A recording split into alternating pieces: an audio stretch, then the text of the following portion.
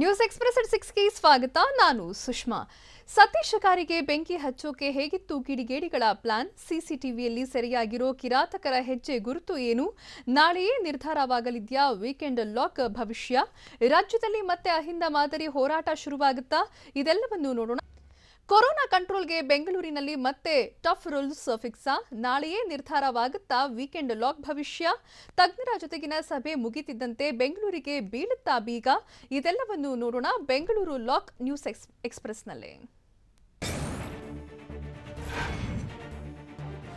ರಾಜ್ಯದಲ್ಲಿ ಮುಂದಿನ ವಾರ ಟಫ್ ರೂಲ್ಸ್ ಜಾರಿಯಾಗೋ ಸಾಧ್ಯತೆ ಇದೆ. ನಾಳೆಯೇ ಈ ಕುರಿತು ಅಂತಿಮ ತೀರ್ಮಾನ ಕೈಗೊಳ್ಳಲಿದ್ದಾರೆ ಅಂತ ಹೇಳಲಾಗ್ತಿದೆ. ನಾಳೆ ಸಂಜೆ 4 ಗಂಟೆಗೆ ಕೋವಿಡ್ ಸಭೆ ನಡೆಸಲಾಗುತ್ತೆ. ಹಿರಿಯ ಅಧಿಕಾರಿಗಳ ಜೊತೆಗೆ ಚರ್ಚಿಸ್ತೀವಿ ಅಂತ ಬೆಂಗಳೂರಿನಲ್ಲಿ ಮುಖ್ಯಮಂತ್ರಿ ಬಸವರಾಜ ಬೊಮ್ಮಾಯಿ ಹೇಳಿದ್ದಾರೆ. ಇದಕ್ಕೂ ಮುನ್ನ ಉಡುಪಿಯಲ್ಲಿ ಮಾತನಾಡಿದ ಸಿಎಂ, ರಾಜ್ಯದಲ್ಲಿ ಕೊರೋನಾ 3ನೇ ಅಲೆ ಆತಂಕ ಹೆಚ್ಚುತ್ತಿದ್ದು ತಜ್ಞರ ಸಲಹೆ ಪಡೆದು ಸೂಕ್ತ ನಿರ್ಧಾರ ಕೈಗೊಳ್ತೇವೆ ಅಂತ ತಿಳಿಸಿದರು.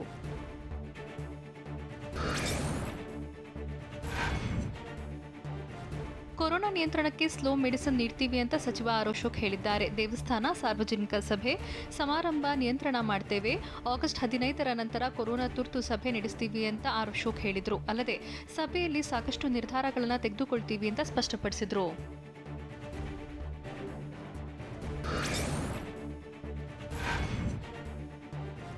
ಮಕ್ಕಳಲ್ಲಿ ಕೊರೋನಾ ಪತ್ತೆಯಾಗುತ್ತಿದ್ದು ಸೋಂಕಿನ 3ನೇ ಅಲೆ ಬಗ್ಗೆ ತೀವ್ರ ಆತಂಕ ಮೂಡಿಸಿದೆ. ಈ ಬಗ್ಗೆ ಸಚಿವ ಆರ್ ಅಶೋಕ್ ಪ್ರತಿಕ್ರಿಯಿಸಿದ್ದು, ಮಕ್ಕಳಿಗೆ ಸೋಂಕು ತಗುಲಿರುವ ಕುರಿತು ಮಾಹಿತಿ ಇದೆ, ಆದರೆ ಹೆಚ್ಚು ಮಕ್ಕಳಲ್ಲಿ ಕೊರೋನಾ ಸೋಂಕು ಪತ್ತೆ ಆಗಿಲ್ಲ ಅಂತ ಹೇಳಿದರು. ಬೆಂಗಳೂರಿನಲ್ಲಿ ಮಾತನಾಡಿದ ಅವರು, ಹಿಂದೆ ಯಾವ ರೀತಿ ಪತ್ತೆ ಆಗ್ತಿತ್ತೋ ಅದೇ ರೀತಿ ಇದೆ, ಆತಂಕ ಪಡುವ ವಿಚಾರ ಏನೂ ಇಲ್ಲ, ಮಕ್ಕಳ ಹಿತದೃಷ್ಟಿಯಿಂದ ಎಲ್ಲಾ ಕ್ರಮ ತೆಗೆದುಕೊಳ್ಳಲಾಗಿದೆ ಅಂತ ತಿಳಿಸಿದರು.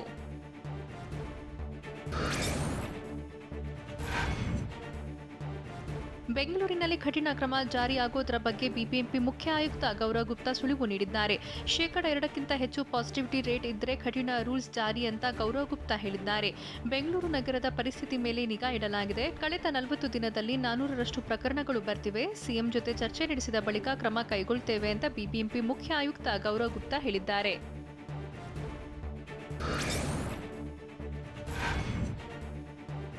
ರಾಜ್ಯ ರಾಜಧಾನಿ ಬೆಂಗಳೂರಿನಲ್ಲಿ ವೀಕೆಂಡ್ ಕರ್ಫ್ಯೂ ಜಾರಿಯಾಗುವುದು ಬಹುತೇಕ ಪಕ್ಕಾ ಆಗಿದೆ. ಈ ಬಗ್ಗೆ ಬಿಬಿಎಂಪಿ ಮುಖ್ಯ ಆಯುಕ್ತ ಗೌರವ್ ಗುಪ್ತಾ ಸುಳಿವು ನೀಡಿದ್ದಾರೆ. ಮುಖ್ಯಮಂತ್ರಿ ಬಸವರಾಜ ಬೊಮ್ಮಾಯಿ ಜೊತೆಗಿನ ಸಭೆ ಬಳಿಕ ವೀಕೆಂಡ್ ಕರ್ಫ್ಯೂ ಬಗ್ಗೆ ನಿರ್ಧಾರ ಮಾಡ್ತೀವಿ, ಮುಖ್ಯಮಂತ್ರಿಗಳೇ ವೀಕೆಂಡ್ ಕರ್ಫ್ಯೂ ನಿರ್ಧಾರ ಮಾಡ್ತಾರೆ ಅಂತ ಸುದ್ದಿಗೋಷ್ಠಿಯಲ್ಲಿ ಬಿಬಿಎಂಪಿ ಮುಖ್ಯ ಆಯುಕ್ತರು ಹೇಳಿದ್ದಾರೆ. ಅಲ್ಲದೆ 2% ಹೆಚ್ಚು ಕೋವಿಡ್ ಪಾಸಿಟಿವಿಟಿ ದರ ಇರುವಲ್ಲಿ ಹೊಸ ನಿರ್ಬಂಧಗಳು ಜಾರಿಯಾಗಲಿವೆ ಅಂತ ಗೌರವ್ ಗುಪ್ತಾ ಹೇಳಿದ್ದಾರೆ.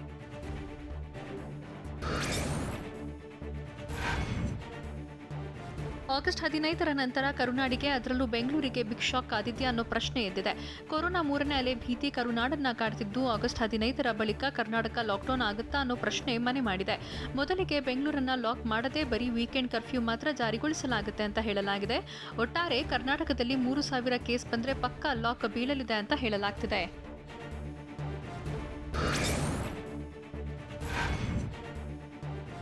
ಸ್ವಾತಂತ್ರ್ಯ ದಿನಾಚರಣೆ ಬಳಿಕ ಬೆಂಗಳೂರಿಗೆ ಮತ್ತೆ ಬೀಗ ಬೀಳಲಿದೆ ಅಂತ ಹೇಳಲಾಗಿದ್ದು, ಬೆಂಗಳೂರಿನಲ್ಲಿ 7 ದಿನ ಲಾಕ್ಡೌನ್ ಮಾಡೋಕೆ ಸರ್ಕಾರ ಪ್ಲಾನ್ ಮಾಡಿದೆ ಅಂತ ಹೇಳಲಾಗ್ತಿದೆ. ಲಾಕ್ಡೌನ್ಗೂ ಮುನ್ನ ವೀಕೆಂಡ್ ಕರ್ಫ್ಯೂ ಜಾರಿ ಮಾಡುವ ಸಾಧ್ಯತೆಯೂ ದಟ್ಟವಾಗಿದೆ. ಆಗಸ್ಟ್ 15ರ ನಂತರ ವೀಕೆಂಡ್ ಕರ್ಫ್ಯೂ ಅನುಷ್ಠಾನಗೊಳಿಸುವ ಸಾಧ್ಯತೆ ಹೆಚ್ಚಿದೆ.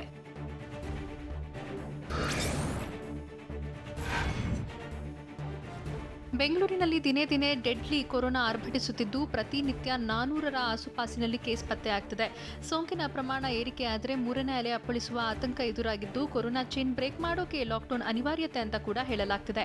ಬೆಂಗಳೂರಿನಲ್ಲಿ ಏಕಾಏಕಿ ಲಾಕ್ಡೌನ್ ಜಾರಿ ಮಾಡದೆ ಹಂತ ಹಂತವಾಗಿ ಕೊರೋನಾ ಸೋಂಕು ನಿಯಂತ್ರಣಕ್ಕೆ ಸರ್ಕಾರ ಮುಂದಡಿ ಇಡಲಿದೆ ಅಂತ ಹೇಳಲಾಗ್ತಿದೆ. ಅದರಲ್ಲಿ ಸೋಂಕು 1,000ಕ್ಕೆ ಏರಿಕೆಯಾದರೆ 7 ದಿನ ಲಾಕ್ಡೌನ್ ಮಾಡೋ ಸಾಧ್ಯತೆ ನಿಚ್ಚಳವಾಗಿದೆ.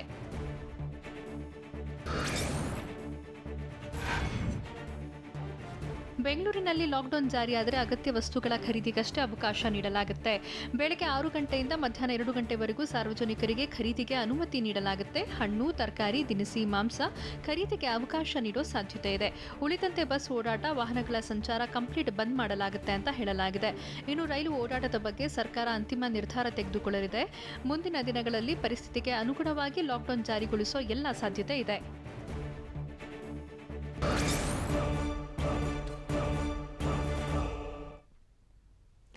ಸತೀಶ್ ರೆಡ್ಡಿ ಕಾರಿಗೆ ಬೆಂಕಿ ಹಚ್ಚೋಕೆ ಹೇಗಿತ್ತು ಕಿಡಿಗೇಡಿಗಳ ಪ್ಲಾನ್? ಸಿಸಿಟಿವಿಯಲ್ಲಿ ಸೆರೆಯಾಗಿರೋ ಕಿರಾತಕರ ಹೆಜ್ಜೆ ಗುರುತು ಏನು? ಕಾರುಗಳು ಸುಟ್ಟು ಕರಕಲಾಗ್ತಿದ್ದಂತೆ ಎಚ್ಚೆತ್ತಿದ್ದು ಹೇಗೆ ಸತೀಶ್ ರೆಡ್ಡಿ? ಇದೆಲ್ಲವನ್ನು ನೋಡೋಣ ಬೆಂಕಿಯ ಬಲೆ ನ್ಯೂಸ್ ಎಕ್ಸ್‌ಪ್ರೆಸ್‌ನಲ್ಲಿ. ಶಾಸಕ ಸತೀಶ್ ರೆಡ್ಡಿ ಕಾರುಗಳಿಗೆ ಬೆಂಕಿ ಇಟ್ಟು ಆರೋಪಿಗಳು ಎಸ್ಕೇಪ್ ಆಗ್ತಿರೋ ದೃಶ್ಯ ಸಿಸಿಟಿವಿಯಲ್ಲಿ ಸೆರೆಯಾಗಿದೆ. 2 ಕಾರುಗಳಿಗೆ ಬೆಂಕಿ ಹಚ್ಚಿ 5 ಬಾರಿ ಬಟ್ಟೆ ಬದಲಾಯಿಸಿರುವ ಆರೋಪಿಗಳು ಚಪ್ಪಲಿ ಹಾಗೂ ಶೂಗಳನ್ನು ಬದಲಾಯಿಸಿದ್ದಾರೆ. ಮುಖ ಕಾಣದಂತೆ ಹ್ಯಾಟ್, ಮೂಗಗ ವಸ್ತು ಧರಿಸಿ ಕೃತ್ಯ ಎಸಗಿದ್ದಾರೆ.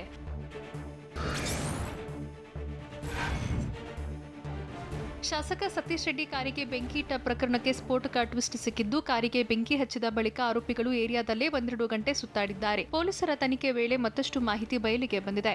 ಗಲ್ಲಿ ಸುತ್ತಿ ವಾಪಸ್ ಶಾಸಕ ಸತೀಶ್ ರೆಡ್ಡಿ ಮನೆ ಕಡೆ ಬಂದಿದ್ದು, ದಾರಿ ಮಧ್ಯೆ ಚಪ್ಪಲಿ, ಬಟ್ಟೆ ಬದಲಾವಣೆ ಮಾಡಿದ್ದಾರೆ.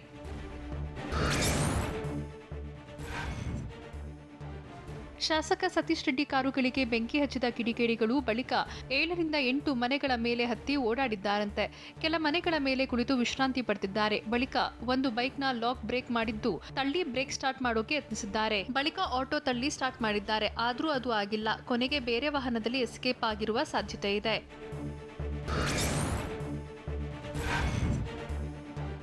ಶಾಸಕ ಸತೀಶ್ ರೆಡ್ಡಿ ಮನೆಗೆ ಅಪರಾಧ ವಿಭಾಗದ ಜಂಟಿ ಆಯುಕ್ತ ಸಂದೀಪ್ ಪಾಟೀಲ್ ಭೇಟಿ ನೀಡಿ ಪರಿಶೀಲನೆ ನಡೆಸಿದ್ದಾರೆ.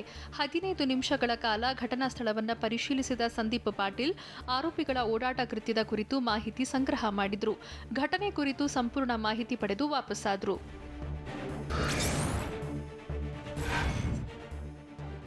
ಸತೀಶ್ ರೆಡ್ಡಿ ಮನೆ ಮುಂದೆ ನಿಲ್ಲಿಸಿದ ಕಾರಿಗೆ ಬೆಂಕಿ ಪ್ರಕರಣ ಸಂಬಂಧ ಆರೋಪಿಗಳ ಸುಳಿವು ಸಿಕ್ಕಿದ್ದು ಶೀಘ್ರವೇ ಬಂಧಿಸಲಾಗುವುದು ಅಂತ ಬೆಂಗಳೂರು ಪೊಲೀಸ್ ಆಯುಕ್ತ ಕಮಲ್ ಪಂತ್ ಹೇಳಿದ್ದಾರೆ. ಈಗಾಗಲೇ ಹಲವು ಆಯಾಮಗಳಲ್ಲಿ ತನಿಖೆ ನಡೆಯುತ್ತಿದ್ದು, ಸಿಸಿಟಿವಿ ದೃಶ್ಯ ಪರಿಶೀಲಿಸಿ ಪೊಲೀಸರು ತನಿಖೆ ನಡೆಸುತ್ತಿದ್ದಾರೆ. ಆದಷ್ಟು ಬೇಗ ಆರೋಪಿಗಳನ್ನು ಬಂಧಿಸುವುದಾಗಿ ತಿಳಿಸಿದರು.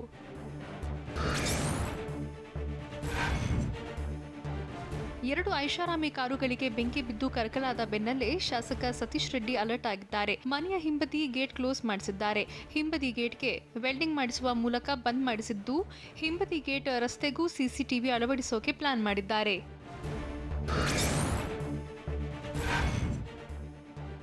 ಶಾಸಕ ಸತೀಶ್ ರೆಡ್ಡಿ ಕಾರುಗಳಿಗೆ ಬೆಂಕಿ ಹಚ್ಚಿದ ಪ್ರಕರಣ ಸಂಬಂಧ ಗೃಹ ಸಚಿವ ಆರಗ ಜ್ಞಾನೇಂದ್ರ ಪ್ರತಿಕ್ರಿಯೆ ನೀಡಿದ್ದು, ಶಾಸಕರ ಮನೆಯಲ್ಲಿ ಈ ರೀತಿಯಾಗಿರೋದು ಕಳವಳದ ಸಂಗತಿ ಅಂತ ಹೇಳಿದರು. ಯಾವ ಕಾರಣಕ್ಕೆ ಬೆಂಕಿ ಹಚ್ಚಲಾಗಿದೆ ಅಂತ ತನಿಖೆ ನಡೆಯುತ್ತಿದ್ದು, ಬೆಂಗಳೂರಿನಲ್ಲಿ ಕಾನೂನು ಸುವ್ಯವಸ್ಥೆ ಮತ್ತಷ್ಟು ಸುಧಾರಿಸಬೇಕಿದೆ. ಪ್ರಕರಣದ ಮೂಲ ಪತ್ತೆ ಹಚ್ಚೋಕೆ ಸೂಚಿಸಲಾಗಿದ್ದು, ಕೃತ್ಯ ಎಸಗಿದವರು ಯಾರೇ ಆಗಿದ್ರೂ ಅವರಿಗೆ ಶಿಕ್ಷೆ ಆಗಲಿದೆ. ತಕ್ಕ ಶಿಕ್ಷೆ ಆದ್ರೆ ಈ ರೀತಿ ಕೃತ್ಯ ಎಸಗುವವರಿಗೆ ಸ್ಪಷ್ಟ ಸಂದೇಶ ತಲುಪಲಿದೆ ಅಂತ ಗೃಹ ಸಚಿವರು ತಿಳಿಸಿದರು.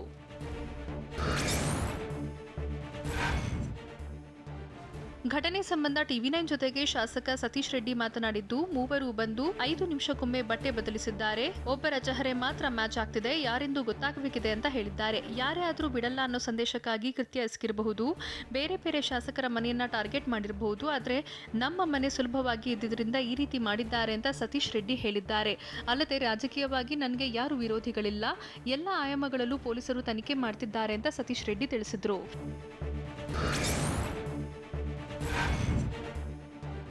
ಬೆಡ್ ಬ್ಲಾಕಿಂಗ್ ಕೇಸ್ಗೂ ಕಾರುಗಳಿಗೆ ಬೆಂಕಿ ಪ್ರಕರಣಕ್ಕೂ ಸಂಬಂಧ ಇದೆ ಅಂತ ಹೇಳಲಾಗ್ತಿದೆ. ಆದರೆ ಬೆಡ್ ಬ್ಲಾಕಿಂಗ್ ಕೇಸ್ಗೂ ಇದಕ್ಕೂ ಸಂಬಂಧ ಇಲ್ಲ ಅಂತ ಅನ್ಸುತ್ತೆ ಅಂತ ಟಿವಿ9ಗೆ ಬೊಮ್ಮನಹಳ್ಳಿ ಬಿಜೆಪಿ ಶಾಸಕ ಸತೀಶ್ ರೆಡ್ಡಿ ಹೇಳಿದ್ದಾರೆ. ಎಲ್ಲ ಆಯಾಮದಲ್ಲೂ ಪೊಲೀಸರು ತನಿಖೆ ಮಾಡ್ತಿದ್ದಾರೆ. ಹೊಸ ರೀತಿ ಬೆದರಿಕೆ ಒಡ್ಡುವ ದೃಷ್ಟಿಯಿಂದ ಕೃತ್ಯ ಎಸಗಿರೋ ಸಾಧ್ಯತೆ ಇದೆ ಅಂತ ಸತೀಶ್ ರೆಡ್ಡಿ ಹೇಳಿದ್ದಾರೆ.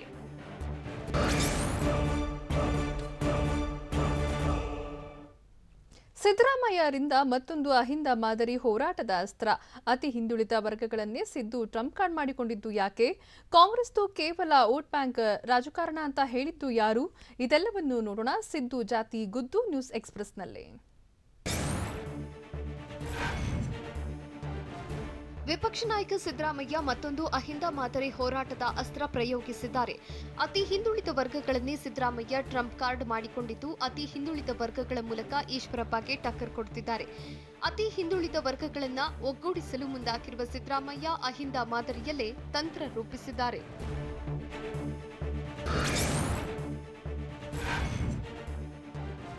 ಕಾಂಗ್ರೆಸ್ ಪಕ್ಷದ ವೇದಿಕೆಯಲ್ಲಿ ಅಹಿಂದ ಹೋರಾಟ ಸಾಧ್ಯವಿಲ್ಲ. ಹೀಗಾಗಿ ಪ್ರತ್ಯೇಕ ವೇದಿಕೆ ಮೂಲಕ ಹೋರಾಟ ನಡೆಸಲು ಸಿದ್ದರಾಮಯ್ಯ ಪ್ಲಾನ್ ಮಾಡಿದ್ದಾರೆ. ಈ ಮೂಲಕ ಈಶ್ವರಪ್ಪನವರ ಎಸ್ಟಿ ಹೋರಾಟಕ್ಕೆ ಟಕ್ಕರ್ ನೀಡಲು ಸಿದ್ದರಾಮಯ್ಯ ರಣತಂತ್ರ ಹೆಣೆದಿದ್ದಾರೆ. ಜಿಲ್ಲಾ ಪಂಚಾಯಿತಿ, ತಾಲೂಕು ಪಂಚಾಯಿತಿ ಚುನಾವಣೆಗೆ ಮುನ್ನ ರಾಜಕೀಯ ವಾತಾವರಣ ಸೃಷ್ಟಿಗೆ ಯತ್ನಿಸುತ್ತಿದ್ದಾರೆ.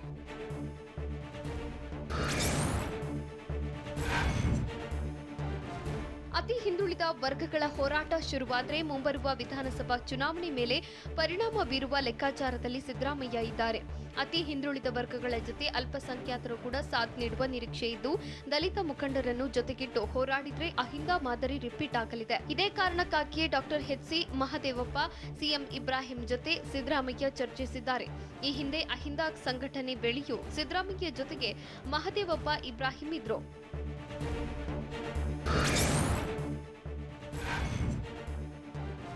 ನಾಳೆಯಿಂದಲೇ ಅಹಿಂದ ಹೋರಾಟ ಶುರುವಾಗಲಿದೆ. ಕೋಲಾರದಲ್ಲಿ ನಾಳೆ ಅತಿ ಹಿಂದುಳಿದ ವರ್ಗಗಳ ಸಭೆ ನಡೆಯಲಿದ್ದು, ಸಭೆಗೆ ಎಲ್ಲಾ ಸಮುದಾಯಗಳ ನಾಯಕರಿಗೆ ಆಹ್ವಾನ ನೀಡಲಾಗಿದೆ. ನಾಳೆ ನಡೆಯಲಿರುವ ಸಭೆಯಲ್ಲಿ ಜಿಲ್ಲೆಯಲ್ಲಿ ಜಾಗೃತಿ ಸಮಾವೇಶಕ್ಕೆ ದಿನಾಂಕ ನಿಗದಿಯಾಗಲಿದೆ. ಇನ್ನು ಕೋಲಾರದ ಬಳಿಕ ತುಮಕೂರಿನಲ್ಲಿ ಆಗಸ್ಟ್ 21ರಂದು ತುಮಕೂರಿನಲ್ಲಿ ಅಹಿಂದ ಸಭೆ ನಡೆಯಲಿದೆ.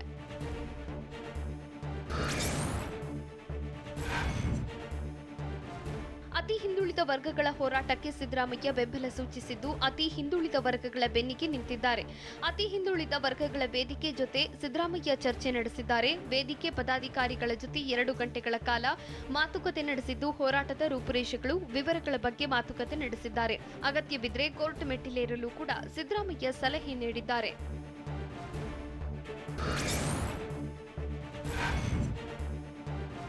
ರಾಜ್ಯದಲ್ಲಿ ಮತ್ತೆ ಅಹಿಂದ ಮಾದರಿ ಹೋರಾಟ ಶುರುವಾಗಲಿದ್ದು, ಅತಿ ಹಿಂದುಳಿದ ವರ್ಗಗಳೇ ಸಿದ್ದರಾಮಯ್ಯ ಟ್ರಂಪ್ ಕಾರ್ಡ್ ಆಗಿದೆ.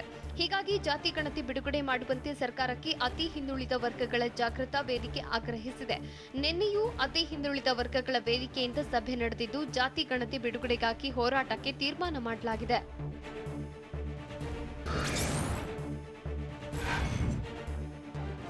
ಜಾತಿ ಗಣತಿ ಬಿಡುಗಡೆಗಾಗಿ ರಾಜ್ಯದಾದ್ಯಂತ ಹೋರಾಟ ನಡೆಸಲು ಅತಿ ಹಿಂದುಳಿದ ವರ್ಗಗಳ ಜಾಗೃತ ವೇದಿಕೆ ನಿರ್ಧಾರ ಮಾಡಿದೆ. ಜಿಲ್ಲಾ ಪ್ರವಾಸ ನಡೆಸಿ ಎಲ್ಲ ಜಿಲ್ಲಾಧಿಕಾರಿಗಳಿಗೆ ಮನವಿ ಮಾಡಲಿದ್ದು, ಜಾತಿ ಗಣತಿ ಬಿಡುಗಡೆ ಕೋರಿ ಮನವಿ ಸಲ್ಲಿಸಲಿದೆ. ಜಿಲ್ಲೆಯಲ್ಲಿ ಹಿಂದುಳಿದ ವರ್ಗಗಳ ಸಮ್ಮೇಳನ, ಜಾಗೃತಿ ಸಭೆ ಆಯೋಜನೆ ಮಾಡಿ ಸಿಎಂಗೆ 1 ತಿಂಗಳು ಗಡುವು ನೀಡಿ ಕಾದು ನೋಡಲು ತೀರ್ಮಾನಿಸಿದೆ. ಸಿಎಂ ಕ್ರಮ ಕೈಗೊಳ್ಳದಿದ್ರೆ ಹೋರಾಟದ ಹಾದಿ ತುಳಿಯಲು ನಿರ್ಧಾರ ಮಾಡಲಾಗಿದೆ. ಅಲ್ಲದೆ ಜಾತಿ ಗಣತಿ ಬಿಡುಗಡೆಗಾಗಿ ಕೋರ್ಟ್ ಮೆಟ್ಟಿಲೇರಲು ನಿರ್ಧಾರ ಮಾಡಲಾಗಿದೆ. ಜಾತಿ ಗಣತಿ ಬಿಡುಗಡೆಗೆ ಸರ್ಕಾರಕ್ಕೆ ಆದೇಶ ನೀಡುವಂತೆ ಕೋರ್ಟ್ಗೆ ಮನವಿ ಸಲ್ಲಲಿದೆ.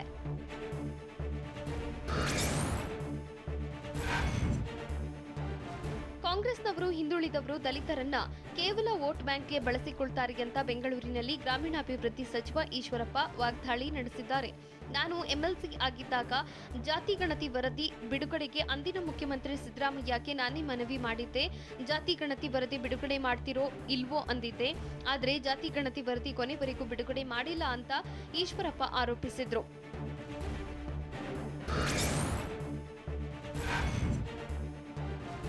ನಾನು ಮುಖ್ಯಮಂತ್ರಿ ಆಗಿರುವಾಗಲೇ ಜಾತಿ ಗಣತಿ ವರದಿ ಬಿಡುಗಡೆ ಮಾಡ್ತೇನೆ ಎಂದಿದ್ದ ಸಿದ್ದರಾಮಯ್ಯ ಬಳಿಕ ಬೈಂಡಿಂಗ್ ಆಗಿ ನಮಗೆ ಬಂದಿರಲಿಲ್ಲ ಅಂತಿದ್ರು ಅಂತ ಸಚಿವ ಕೆಎಸ್ ಈಶ್ವರಪ್ಪ ಆರೋಪಿಸಿದ್ದಾರೆ. ಅಲ್ಲದೆ ಅವರಿಗೆ ಯಾರ ಒತ್ತಡ ಬಂದಿತ್ತೋ ನಮಗೆ ಗೊತ್ತಿಲ್ಲ ಅಂತ ಮಾಜಿ ಸಿಎಂ ಸಿದ್ದರಾಮಯ್ಯ ವಿರುದ್ಧ ಈಶ್ವರಪ್ಪ ಗರಂ ಆಗಿದ್ದಾರೆ.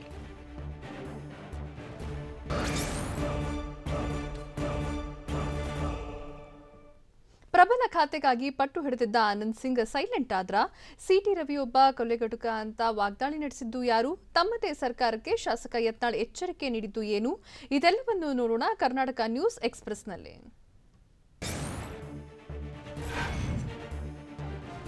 ಸ್ವಾತಂತ್ರ್ಯ ದಿನಾಚರಣೆಯಂದು ಧ್ವಜಾರೋಹಣ ಮಾಡಲು ಸಿಎಂ ಬೊಮ್ಮಾಯಿ ಅವರು ಸಚಿವರನ್ನು ನೇಮಿಸಿದ್ದಾರೆ. ಅದರಂತೆ ನೂತನ ಜಿಲ್ಲೆ ವಿಜಯನಗರದಲ್ಲಿ ಧ್ವಜಾರೋಹಣ ಮಾಡುವೆ ಅಂತ ಸಚಿವ ಆನಂದ್ ಸಿಂಗ್ ಹೇಳಿದ್ದಾರೆ. ಹೊಸಪೇಟೆಯಲ್ಲಿ ಮಾತನಾಡಿದ ಆನಂದ್ ಸಿಂಗ್, ಹಂಪಿ ವಿರೂಪಾಕ್ಷ ಕೃಪೆ, ವಿಜಯನಗರದ ಜನತೆ ಆಶೀರ್ವಾದ, ನೂತನ ಜಿಲ್ಲೆ ರಚಿಸಿದ ಯಡಿಯೂರಪ್ಪನವರಿಗೆ ಅಭಿನಂದಿಸುವೆ. ಹೊಸ ಜಿಲ್ಲೆಯಲ್ಲಿ ಪ್ರಥಮ ಧ್ವಜಾರೋಹಣ ನಾನು ಮಾಡುತ್ತಿದ್ದೇನೆ. ಇದು ಸುವರ್ಣಾಕ್ಷರಗಳಲ್ಲಿ ಬರೆದಿಡಬೇಕಾದ ದಿನಗಳಾಗಿರುತ್ತೆ ಅಂತ ಹೇಳಿದ್ದಾರೆ.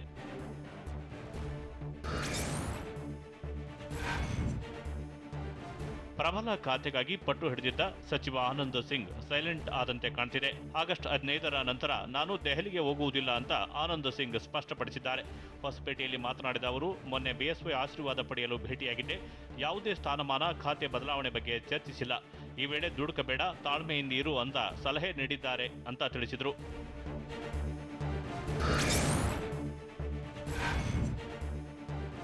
ಮುಖ್ಯಮಂತ್ರಿ ಬಸವರಾಜ ಬೊಮ್ಮಾಯಿಯ ಮುಂದಿನ ನಡೆ ಗಮನಿಸಿ ನನ್ನ ನಿರ್ಧಾರ ತೀರ್ಮಾನಿಸುತ್ತೇನೆ ಅಂತ ಸಚಿವ ಆನಂದ್ ಸಿಂಗ್ ಹೇಳಿದ್ದಾರೆ.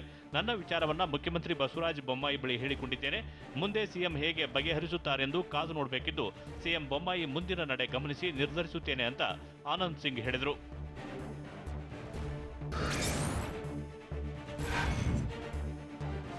ಸಿಟಿ ರವಿ ಕನ್ನಡಿಗ ಎಂಬುದನ್ನು ಮರೆತು ಭಾರತೀಯರಾಗಿದ್ದಾರೆ ಅಂತ ರಾಮನಗರದಲ್ಲಿ ಮಾಜಿ ಸಿಎಂ ಎಚ್ಡಿಕೆ ವಾಗ್ದಾಳಿ ನಡೆಸಿದ್ದಾರೆ. ಮೇಕೆದಾಟು ಯೋಜನೆ ಬಗ್ಗೆ ಸಿಟಿ ರವಿ ಹೇಳಿದ್ದ ಮಾತನ್ನ ಖಂಡಿಸಿ ಎಚ್ಡಿಕೆ ತಮ್ಮದೇ ದಾಟಿಯಲ್ಲಿ ಪ್ರತಿಕ್ರಿಯಿಸಿದ್ದಾರೆ. ಕನ್ನಡ ತಾಯಿ ಉಳಿಸಿದಾಗ ಭಾರತಾಂಬೆ ಉಳಿಸಬಹುದು, ಇದನ್ನ ರವಿ ಅರಿಯಲಿ. ಮೇಕೆದಾಟು ವಿಚಾರದಲ್ಲಿ ಸಿಎಂ ಭೇಟಿಯಾಗಿ ಚರ್ಚಿಸುತ್ತೇವೆ ಅಂತಾನು ಮಾಜಿ ಸಿಎಂ ಎಚ್ಡಿಕೆ ಹೇಳಿದ್ದಾರೆ.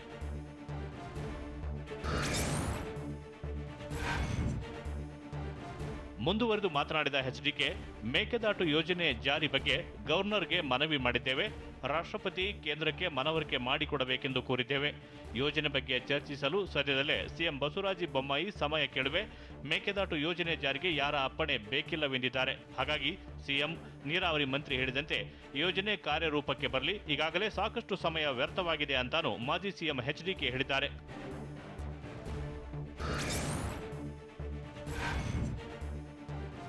ಸಿಟಿ ರವಿ ಒಬ್ಬ ಕೊಲೆಗಡುಕ. 2019ರಲ್ಲಿ ಕುಡಿದು ಕುಣಿಗಲ್ ಹತ್ತಿರ ಕಾರು ಚಲಾಯಿಸಿದ್ದ ಇಬ್ಬರು ವ್ಯಕ್ತಿಗಳನ್ನ ಕೊಂದು ಮದ್ರಾಸ್ಗೆ ಹೋಗಿ ಅವಿತುಕೊಂಡಿದ್ದ. ಹೀಗಂತ ಏಕವಚನದಲ್ಲಿ ಸಿಟಿ ರವಿ ವಿರುದ್ಧ ಕೆಪಿಸಿಸಿ ವಕ್ತಾರ ಲಕ್ಷ್ಮಣ್ ವಾಗ್ದಾಳಿ ನಡೆಸಿದ್ದಾರೆ. ಇಂಥವನು ಕಾಂಗ್ರೆಸ್ ನಾಯಕರ ಬಗ್ಗೆ ಮಾತನಾಡುತ್ತಿದ್ದಾನೆ. ಸಿಟಿ ರವಿ ವಿರುದ್ಧ ಕ್ರಿಮಿನಲ್ ಕೇಸ್ ದಾಖಲಿಸಬೇಕಾಗುತ್ತದೆ. ಕೇಂದ್ರದ ಬಿಜೆಪಿ ಸರ್ಕಾರ ಮೇಕೆದಾಟು ಯೋಜನೆಯಲ್ಲಿ ನಮಗೆ ಮೋಸ ಮಾಡ್ತಿದೆ. ನಾವು ಮೊದಲು ಭಾರತೀಯರು, ನಂತರ ಕನ್ನಡಿಗರು ಅಂತ ಸಿಟಿ ರವಿ ಹೇಳ್ತಿದ್ದಾನೆ. ಅವರಿಗೆ ನಾಚಿಕೆಯಾಗಬೇಕು ಅಂತ ಲಕ್ಷ್ಮಣ್ ಕಿಡಿಕಾರಿದ್ದಾರೆ.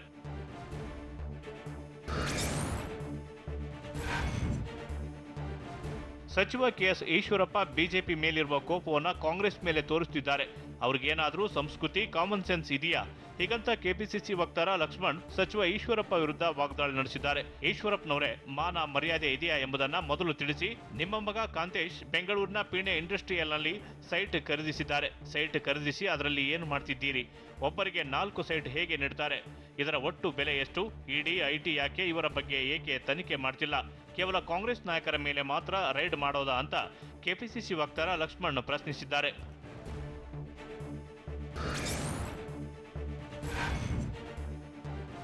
ಸ್ವಾತಂತ್ರ್ಯಕ್ಕಾಗಿ ಹೋರಾಡಿದ ಕಾಂಗ್ರೆಸ್ ನಾಯಕರು ಈಗ ಇಲ್ಲ. ಅಂತಹ ಕಾಂಗ್ರೆಸ್ ನಾಯಕರಿಗೆ ನನ್ನ ಸಾಷ್ಟಾಂಗ ನಮಸ್ಕಾರವಿದೆ ಅಂತ ಸಚಿವ ಕೆಎಸ್ ಈಶ್ವರಪ್ಪ ಹೇಳಿದ್ದಾರೆ. ಶಿವಮೊಗ್ಗದಲ್ಲಿ ಮಾತನಾಡಿದ ಅವರು, ನನ್ನ ಪದ ಬಳಕೆ ಬಗ್ಗೆ ಕ್ಷಮೆ ಕೇಳುವೆ.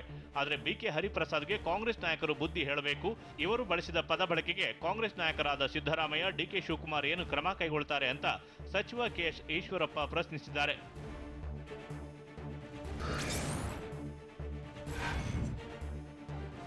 ವಿಜಯಪುರದಲ್ಲಿ ತಮ್ಮದೇ ಬಿಜೆಪಿ ಸರ್ಕಾರಕ್ಕೆ ಶಾಸಕ ಬಸನಗೌಡ ಪಾಟೀಲ್ ಯತ್ನಾಳ್ ಎಚ್ಚರಿಕೆ ಕೊಟ್ಟಿದ್ದಾರೆ.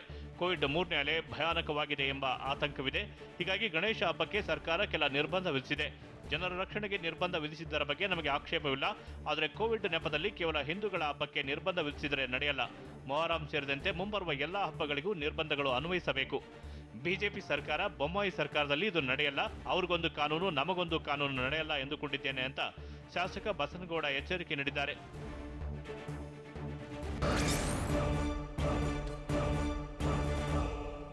ಬೆಂಗಳೂರಿನಲ್ಲಿ ಕಠಿಣ ರೂಲ್ಸ್ನ ಸುಳಿವು ನೀಡಿದ್ದು ಹೇಗೆ? ಆರ್ ಅಶೋಕ್. ಥಿಯೇಟರ್ಗಳಲ್ಲಿ ಸದ್ಯಕ್ಕಿಲ್ವಾ ಹೌಸ್ಫುಲ್ ಅವಕಾಶ? ಯೂತ್ ಕಾಂಗ್ರೆಸ್ ಕಾರ್ಯಕ್ರಮದಲ್ಲಿ ಸಿದ್ದರಾಮಯ್ಯಗೆ ಉಗೆ ಉಗೆ ಎಂದಿದ್ದು ಯಾಕೆ? ಇದೆಲ್ಲವನ್ನು ನೋಡೋಣ ಸಮಗ್ರ ನ್ಯೂಸ್ ಎಕ್ಸ್‌ಪ್ರೆಸ್‌ನಲ್ಲಿ.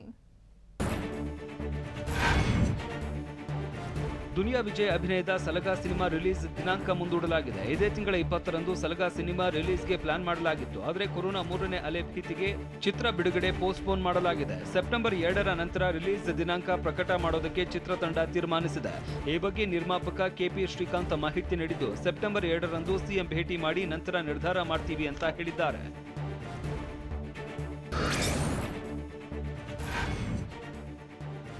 ಯೂತ್ ಕಾಂಗ್ರೆಸ್ ಕಾರ್ಯಕ್ರಮದಲ್ಲಿ ಸಿದ್ದರಾಮಯ್ಯ ಉಘೆ ಉಘೆ ಎನ್ನಲಾಗಿದೆ. ಯೂತ್ ಕಾಂಗ್ರೆಸ್ ಅಧ್ಯಕ್ಷ ರಕ್ಷಾರಾಮಯ್ಯ ಪದಗ್ರಹಣ ಕಾರ್ಯಕ್ರಮದಲ್ಲಿ ಸಿದ್ದರಾಮಯ್ಯ ಪರ ಘೋಷಣೆ ಹಾಕಲಾಗಿದೆ. ಸಿದ್ದರಾಮಯ್ಯ ಭಾಷಣ ಮಾಡೋಕೆ ಬರ್ತಾ ಇದ್ದಂತೆ ಕಾರ್ಯಕರ್ತರ ಜೈಕಾರ ಹಾಕಿದ್ದು ಟಗರು ಹೌದು ಹುಲಿಯ ಅಂತ ಘೋಷಣೆ ಕೂಗಿದ್ದಾರೆ. ಇನ್ನು ಕಾರ್ಯಕರ್ತರಲ್ಲಿ ರಕ್ಷಾರಾಮಯ್ಯಗೆ ಕೆಪಿಸಿಸಿ ಅಧ್ಯಕ್ಷ ಡಿಕೆಶಿ ಕುರ್ಚಿ ಕತೆ ಹೇಳಿದ್ರು. ಭಾಷಣ ಮಾಡೋದಕ್ಕೆ ಬಂದ ಡಿಕೆಶಿ ಪಕ್ಕ ನಿಂತ ರಕ್ಷಾರಾಮಯ್ಯಗೆ ಕುರ್ಚಿಯಲ್ಲಿ ಕೂರುವಂತೆ ಹೇಳಿದ್ರು. ಈ ವೇಳೆ ನಾವು ಚೇರ್ಗೆ ಹೊಡೆದಾಡ್ತಾ ಇದ್ದೀವಿ, ರಕ್ಷಾಗೆ ಚೇರ್ ಬೆಲೆ ಗೊತ್ತಿಲ್ಲ ಅಂತ ಹಾಸ್ಯ ಮಾಡಿದ್ರು.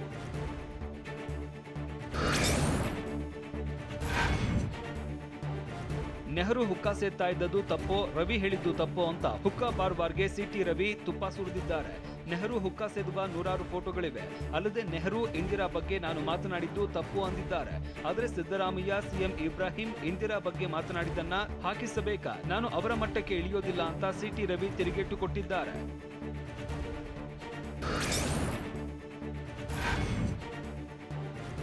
ಯುವರಾಜ್ ಸ್ವಾಮಿಯಿಂದ ಕೋಟ್ಯಾಂತರ ರೂಪಾಯಿ ವಂಚನೆ ಕೇಸ್ ಸಂಬಂಧ ಸಿಸಿಬಿ ಚಾರ್ಜ್ ಶೀಟ್ ಸಲ್ಲಿಕೆ ಮಾಡಿದೆ. ಆರೋಪಿ ಸ್ವಾಮಿ ವಿರುದ್ಧ ಸಿಟಿ ಸಿವಿಲ್ ಕೋರ್ಟ್ಗೆ 350 ಪುಟಗಳ ಪ್ರಾಥಮಿಕ ಚಾರ್ಜ್ ಶೀಟ್ ಸಲ್ಲಿಸಲಾಗಿದೆ.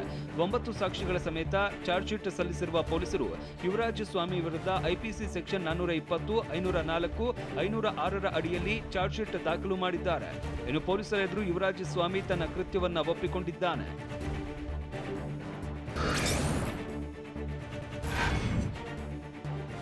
ಬೀದರ್ ಜಿಲ್ಲಾ ಪಂಚಾಯಿತಿ ಸಭಾಭವನದಲ್ಲಿ ನಡೀತಾ ಇದ್ದ ಕೆಡಿಪಿ ಸಭೆಗೆ ಕಾರಂಜಾ ಡ್ಯಾಂ ಸಂತ್ರಸ್ತರು ಮುತ್ತಿಗೆ ಹಾಕಿದ್ರು.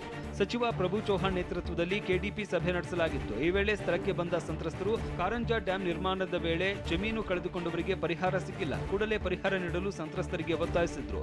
ಸಭಾಭವನದ ಗೇಟ್ ಎದುರು ಪ್ರತಿಭಟನೆ ಕೂಡ ನಡೆಸಿದ್ರು. ಆಗ ಸಂತ್ರಸ್ತರ ಸಮಸ್ಯೆ ಆಲಿಸಿದ ಸಚಿವ ಪ್ರಭು ಚೌಹಾಣ್ ಪರಿಹಾರ ಕೊಡಿಸುವ ಭರವಸೆ ನೀಡಿ ಸಂತ್ರಸ್ತರ ಮನವೊಲಿಸಿದ್ರು.